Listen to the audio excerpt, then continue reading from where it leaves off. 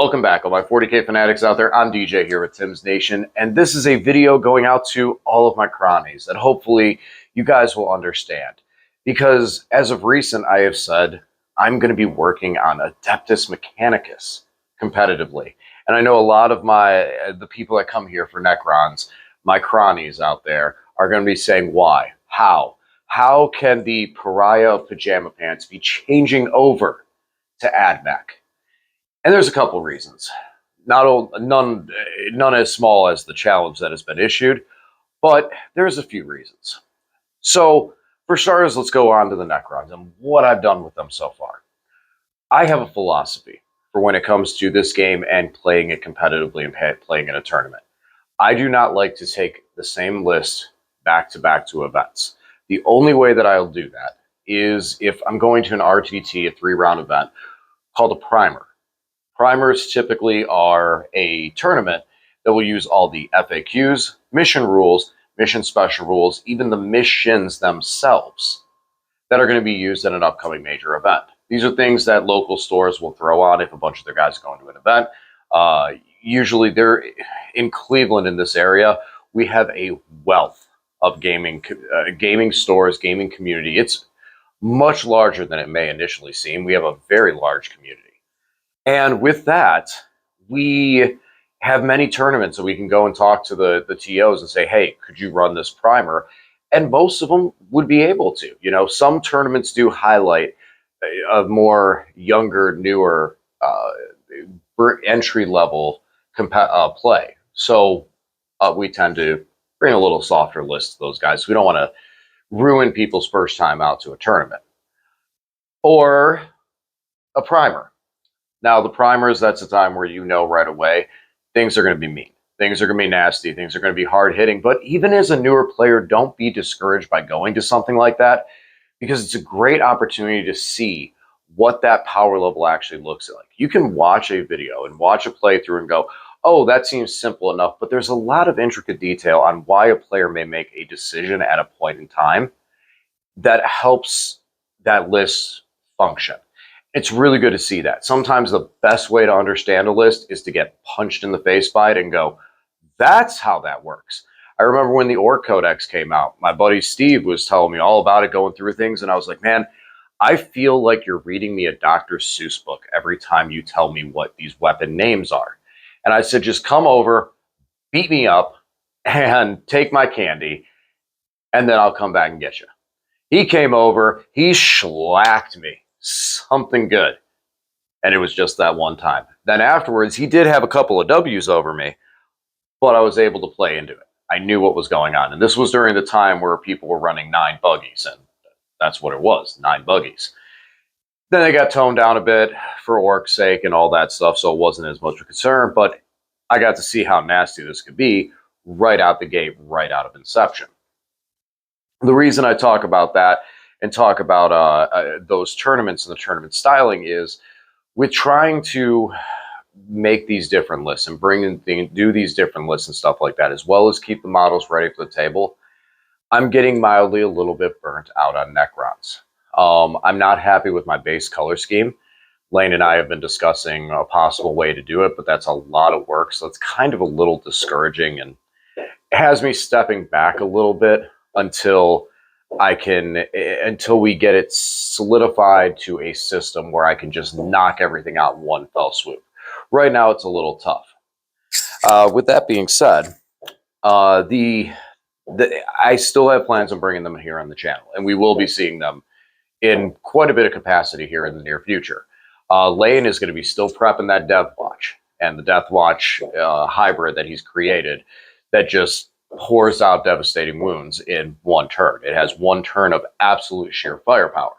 And that has been an adventure in its own right, seeing Lane develop that list and build that list and create that and do something with a faction that is definitely underutilized in Warhammer right now in general. Unfortunately, and we'll get Lane to talk more about this, one of the big functions of Death Watch is their kill teams, and that's not a lot of what's going on with Death Watch at this time. In fact, some of the more or less the reason that his armies function is because of the Tome of Ectoclades and how powerful the Tome of Ectoclades are. Now, that's not to say that there isn't a lot in that army that I've learned over time, being able to just throw sustain down, throw lethal down, the way that he is able to arm things like his Terminators, certain things that he's able to do out of Death Watch that are still very unique and cool, but they're not the kill teams that Death Watch is known for, and a lot of it is really around the Tome of Ectoclades. From my perspective, being someone who plays into it and plays against it, the big power behind the Death Watch is the Tome of Ectoclades. One turn of just devastation. So when Lane comes over and brings that on the table and we start running through that, I want to face him with a Hypercrypt. I want to hit him with a meta Hypercrypt. So yeah, we got some meta Hypercrypt is going to be hitting the channel. I still want to throw down the Annihilation Legion. That's the last of the dynasties that I have yet to play on the channel. The next time that Lane brings over the Death Watch will be the return of the Canoptic Court, the exact army that I took, that I did go 3-0 with in Shelf, because again, I try to change up lists between events. That list is going to come back. You know, there is definitely a little bit softer because I don't have the dev wounds coming in off the Immortals, but there is still a lot of other strong power behind that list. I'm still going to run it exact same way as I did before. If you didn't get an opportunity to see that Canoptic Court in action, that's going to be coming up in like the next 2 weeks-ish. So we'll be going to be doing that. So Necrons are still going to be here. But why AdMech? Why DJ? Why? Because I know there's some Necron players out there who know as well as I do, and we've seen all the memes. AdMech steal most of their stuff from Necrons. So, Necrons, we really don't typically like AdMech because they're always taking our stuff. And here I am playing AdMech with a massive army. So, for that, to answer that question, I got to give a little bit of story of the AdMech and why I have them. So, go with a short version of this, the more abridged version of it. I've been playing 40K since 3rd edition. And when I was a young kid, I played Chaos because I was a young kid jumping into a war strategy game. I'm playing Chaos. I had a big collection, really big collection. Stepped off of Chaos and started playing Tyranids a little bit here and there. I liked them, but I didn't enjoy them as much, probably because of the state of the game, 3rd edition. And then, I collected a little bit into Space Marines because I wanted to paint something up, so I started working on Blood Angels a little bit. And then I stopped playing. I couldn't afford to keep up with it. Life, I was starting to move out on my own, do all that stuff. I couldn't keep up with it. And then years later, I was bored, wanted something to do, so I started up with an Eldar army. Couldn't fully latch onto it until I met my buddy Aaron, who is one of my best friends to this day. And the funniest thing was, he was actually my boss at a pizza place. And I was bored. I didn't have anything else to do. I went up to work early. And I was at Pizza Hut. I sat down in the lobby. I had my laptop. And I was like, I'm just going to play some Dawn of War. Comes around the corner, sees it, goes, oh, is that Warhammer? I was like, yeah, that's Warhammer 40K. It's like, you know this? He's like, yeah, I play the one with the models. Turn around, look, do you now? Shortly after, him and me started getting together, actually playing Warhammer, getting ready to start traveling to tournaments. He and his father was a retired journeyman repairman from Ford who went back to work. When Games Workshop put out a new army, this dude said, what's the maximum you can take of all this new stuff, and just bought it. And he had tremendous armies. So it was kind of tough for me because I'm like, well, why am I building Eldar if you have everything? I started looking at Tyranids, and then he literally bought the entire army, like brand new, just everything. I'm like, well, why am I doing this then? You guys have this here, and you're going to paint these and that. I'm like, what do I have that's unique? So I started going down Blood Angels, and I'm like, but they're Marines and this stuff. And then Grey Knights came out. And this was the Demon Hunters Codex, the last one that had Cotiez and Entourage inside. It was the days of the Purifier Leaf Blower, Drago Wing as the Death Star. This was that era. And during that era was when I started to actually play competitive 40K, going out and traveling, going to GTs, Aaron, myself, and many others in our group. And I was doing well. I was playing Grey Knights. That was the only army I had. And like I say a lot of times with my Grey Knights, some of my models are hack and slash because I had no money and I had to build this army off what I had. So yeah, there's a lot of heart, a lot of nostalgia with pretty much all my Grey Knights.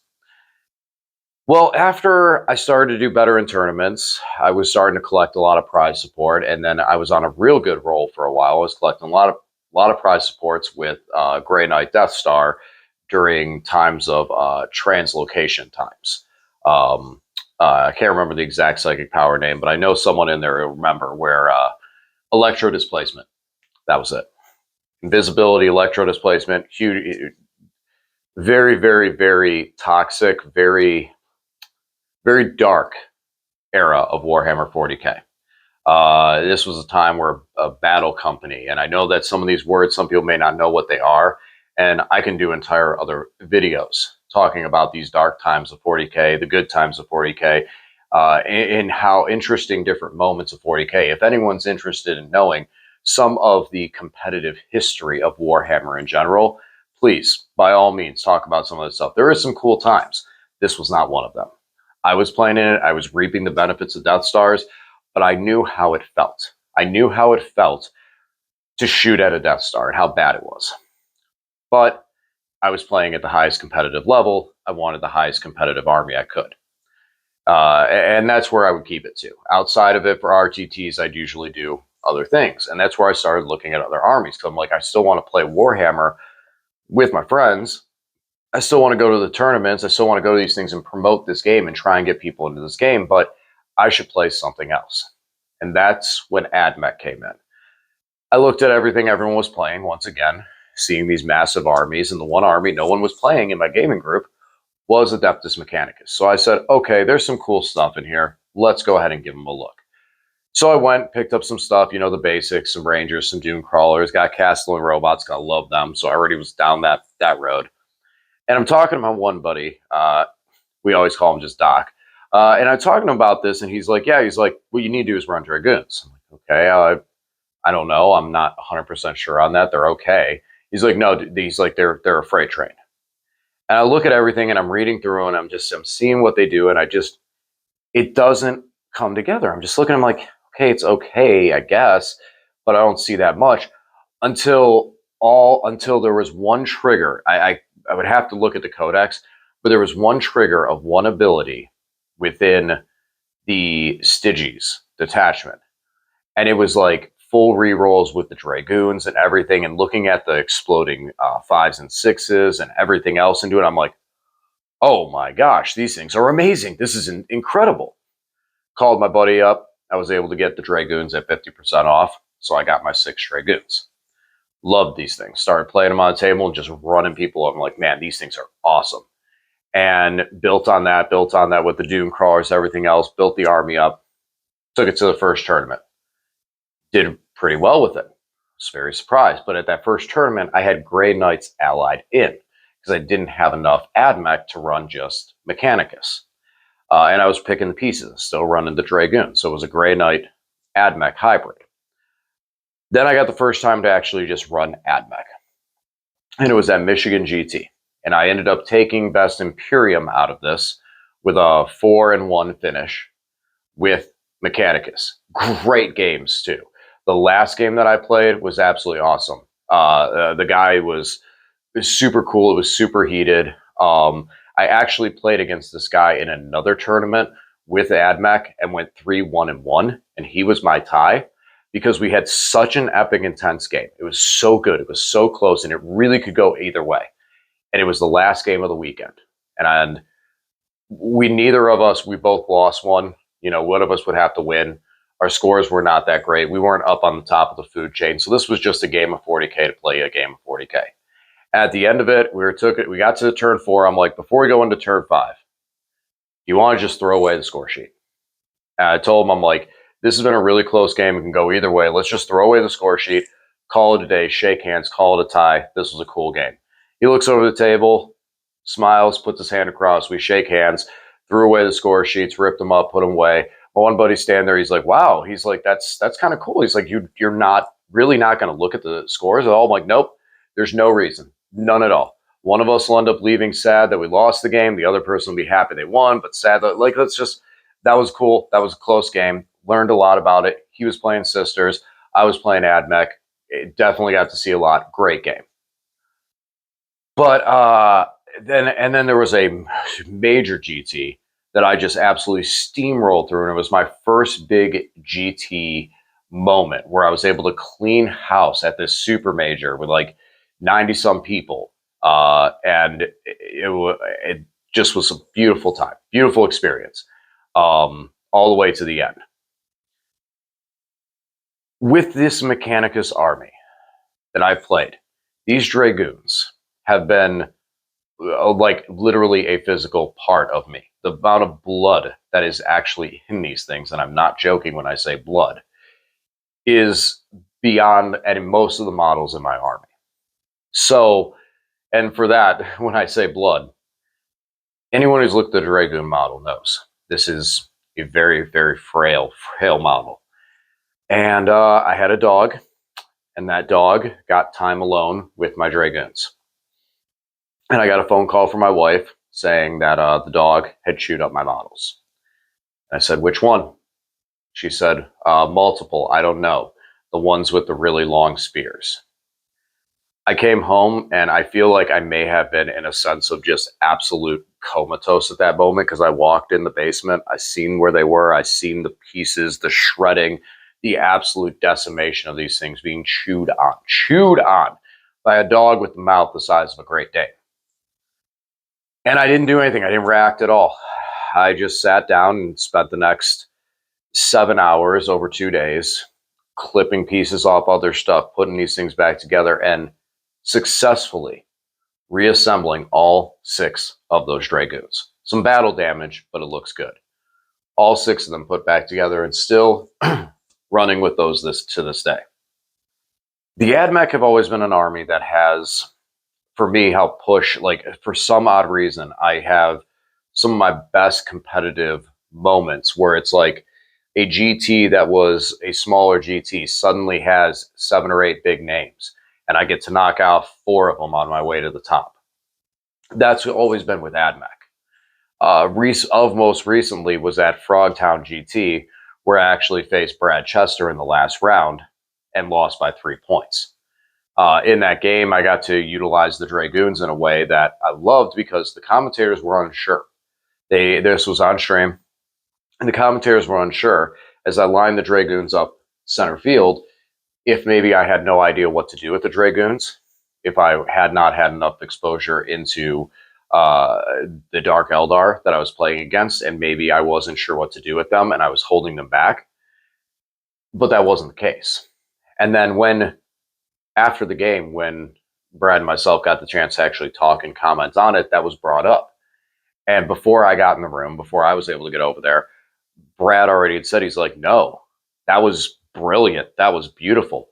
Because every single one of those infantry that exited the vehicle to move and charge was on foot and would have had to pass through the Dragoons, which I win that fight every single time. So until I move this Dragoon wall, I've cut the board in half, and that Dark Eldar can't push onto that side until the Dragoon are removed or moved. So it was a very, very strong play. Again, lost the game by 3 points to one of the top players that I know. And so that was a great day. That was a great time. Now let's fast forward to this week. Okay, hold on. There is an important other factor. Once again, back to Michigan GT. When I took in Top Imperium, this was pre Frogtown. When I took Top Imperium, the prize was an entire massive, like the $250 plus box set of Necrons. And I'm like, okay, so I drive back with it. I'm like, I don't know. I'm not building another army. I don't have another one. And the guys that I went there with were like, "You only have 2 armies. Necrons are horrible right now. They're terrible in the game. This is the challenge. This is the challenge I put to you. You need to win and run Necrons. And I said, okay, well, there's a lot of stuff I'm going to need to do this if I try to. And I'm like, I don't know, that's a hefty goal. So I went home and I'm like, I posted it up on a couple groups. I'm like, hey, I'm thinking about playing Necrons. I got a challenge, and got to take that challenge. I got to accept it. Man, that's a lofty challenge.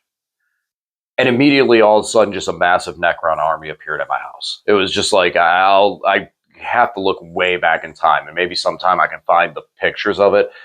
But literally, it was just like my entire table just covered in Necrons, unbuilt, built, all this stuff. I'm like, okay, I guess I'm playing Necrons now. So that's where Necrons came from. Necrons came from AdMech. Necrons came from a challenge. So I can't ignore that A, I love a good challenge. And B, if there wasn't for AdMech, my Necrons wouldn't be here. So now we go to this weekend at the RTT. This RTT, I expected the crowd that goes here typically is a newer bunch. Not There are some heavy hitters and traveling guys, but leading up to it, some of them were out of town, some of them weren't available. So it seemed like it was going to be myself, Nico, Zach, and Lane at this event initially. Come to realize, day of, there was like 7 other guys there. They were all getting ready for a tournament, and decided, oh yeah, this last minute, oh, let's go. So sadly, I'm here with a bunch of destroyers that I haven't played in a while, and I knew at the time that my Awakened Dynasty destroyer cult was struggled into Custodes then, would struggle into Custodes now, and struggle into tougher, like some of the tougher Marine matchups too. So I knew that was the case. I knew that was going to be a rough one, but I wanted to get out and play some games with my buddies, play some Warhammer. As I said, I don't like to take an army to a tournament twice. I really wasn't going with the expectation of winning. So I had not ever brought my destroyers to a tournament. And it was also nice to see, too, with some people come over and look and see, oh, you're playing Necrons. And then they stop and look and go, that doesn't look like Hypercrypts. What is that? Those you have Scorpex there. And playing and bringing some models onto the table that people don't get to see as often. I do still, and I mean, I have some crazy models I can't wait to take to tournaments and play. It's one of the reasons I love taking my spiders, because I have my old metal ones that I use, the big guy, those big ones. I love those ones. But I have pariahs, the old Necron metal pariahs to use as Lich Guard with spears. Have not ran those yet. So there's some cool stuff. I like bringing those. I like bringing my conversions and all that stuff. With the conversions, the paint, the time, the bases that I'm not happy with that make it difficult to move forward with a lot of the army until I figure out this base problem, that I'm a little tired. I'm a little tired, so I need to take a step away from it, rest my eyes, come back, and I'll probably have a good answer for the bases, which will make me start reinstilling that energy to then work on more and more and more, because I'm at the point where I want to really start working on the infantry, like the Immortals, the Overlords, and that part of my army, that company, to be able to work with that more. I like that combination. I just need to figure out what detachment I want to run it in and what I want to back it up with to score enough points. So now we go to this tournament. And I'm standing off to the side, talking with a bunch of people, talking about different armies and stuff like that. And myself and this one guy, Sam, we're just literally laying into each other. I mean, it's like, at first he came up and he said something to me that was negative and harsh, and everyone kind of looked like, wow, this guy's a jerk. And then I come back and laid into him with something just as harsh. Someone giggled for a minute, was like, okay, I guess these guys are okay. These guys are friends. And then we just laid into each other for like 15 minutes straight. But out of everything that was said, I don't even remember it. And I'm sure he doesn't remember it either, because it was literally just the most, they know me. I'm wrestling guy, WWE, all the promos and everything like that. So if anything, that was just probably sounded like a wrestling promo where I'm challenging him to a steel cage match this Sunday night. needless to say, there was one thing that was questioned in there, and I said to him, I was like, we were talking about the meta and stuff like that, and I told him I almost brought Mechanicus. He's like, "Are you trying to go into last place?" I was like, "Hey, be nice to the AdMech. They have I've been messing around. There's more there." I'm like, I initially thought the Castle and Robots would just be cute, fun. And then as I played it and seen some of the interaction, I was like, whoa, there's actually something here. I'm like, if I take the time and dive in the rest of the book, I bet there's something in there too.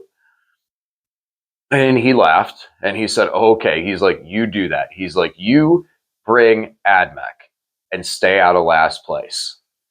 And there was some more banter back and forth. So I can't say it's officially just stay out of last place, because that's a really low bar. That's a really low bar because I mean, I go to a 5-round event, someone's going to go home early. All I have to do is play.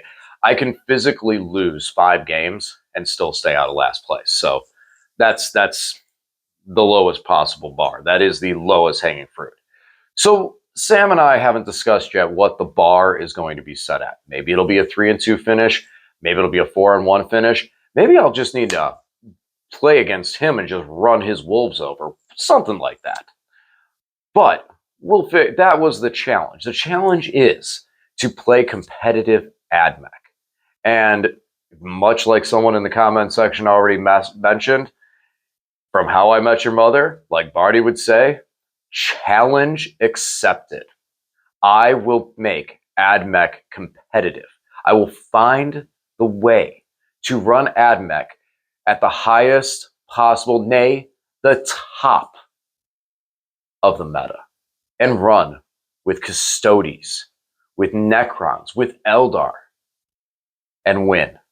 And that, my friends, is the goal and the challenge that has been set out. And at the end of it all, isn't that really the dream?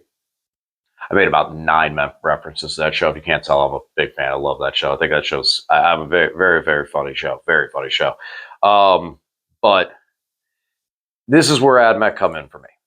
This is where I gotta defend their honor and make this happen. So Lane and I will be bouncing back and forth with how these armies work and how these armies function and what we're end up playing. In some ways, I want to help Lane and his plan and his preparation with his Death Watch. I will be getting the AdMech ready, so I'll be facing different armies with them as well. And then, of course, we have the spinning cycle of other gamers that come in here with their armies, their lists, and different things to play against. I know my buddy Jose, he has been he's been calling it out with my Grey Knights. That's a challenge I've been waiting to take on once we can make schedules match up. That happens too with 40K. Getting some of those time frames to bulk out to play Warhammer, it can be difficult at times. That's what's nice about having a big gaming community, though, is there's people you can find. You just have to look for them. So AdMech is going to be very much so on the menu. Necrons plan to see Canoptic Court, a meta Hypercrypt, and then more love and focus back to Xeris and the Xeris Summer, which is what I'm calling it, because I probably will be on Luminar Xeris for the entire summer once I get back over to it.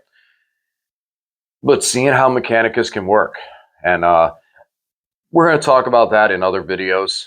Other videos focus more on Mechanicus and what I see so far, because I definitely do want some feedback in the community. But to all my cronies out there, I'm still here. I'm still here. I'm still here fighting the good fight. And I'm going to be working on a bunch of different lists. Don't worry. The Pajama Pants Pariah or Pariah Pajama Pants. Haven't figured out which one yet. But either way, I'm still here. I'm still rolling. We're still reanimating. And as this is where I'll cut it off, guys. Thank you for watching, and I'll talk to y'all again soon.